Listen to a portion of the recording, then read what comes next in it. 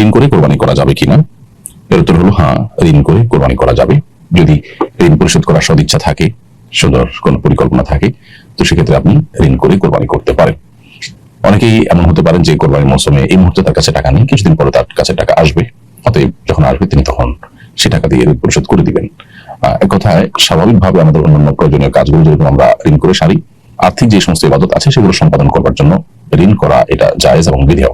নবী করিম সাল্লাল্লাহু আলাইহি ওয়াসাল্লাম, সাহাবায়ে কেরাম কোন কোন ক্ষেত্রে দান করার প্রয়োজনে কারো কাছ থেকে লোন নিয়েছেন, লোন নিয়ে হয়তো কোনো অভাবী ব্যক্তিকে দান করেছেন, পরবর্তীতে সেই লোনটা পরিশোধ করে দিয়েছেন। ঠিক একইভাবে যে কোনো আর্থিক ইবাদতই ঋণ করে লোন করে করা যেতে পারে। কেউ হজ করবেন, তার কোনো টাকা টান আছে, তিনি সে টাকাটা লোন নিলেন, পরবর্তীতে সেটা পরিশোধ করবার তার সদিচ্ছা আছে, ব্যবস্থাপনা আছে, তিনি লোন পরে পরিশোধ করে দিবেন, তাতে তার হজ যেরকম আদায় হয়ে যাবে, কোরবানিও ঋণ করে আদায় করলে আদায় হয়ে যাবে। তবে কারোর যদি কোরবানির দিনগুলোতে কোরবানি করার জন্য নেশাব পরিমাণ সম্পদ না থাকে, তাহলে সেক্ষেত্রে তার উপরে কোরবানি করা আবশ্যক নয়। এরপর তিনি যদি নফল হিসাবে ঋণ করে করতে চান, সেই সুযোগটা আছে।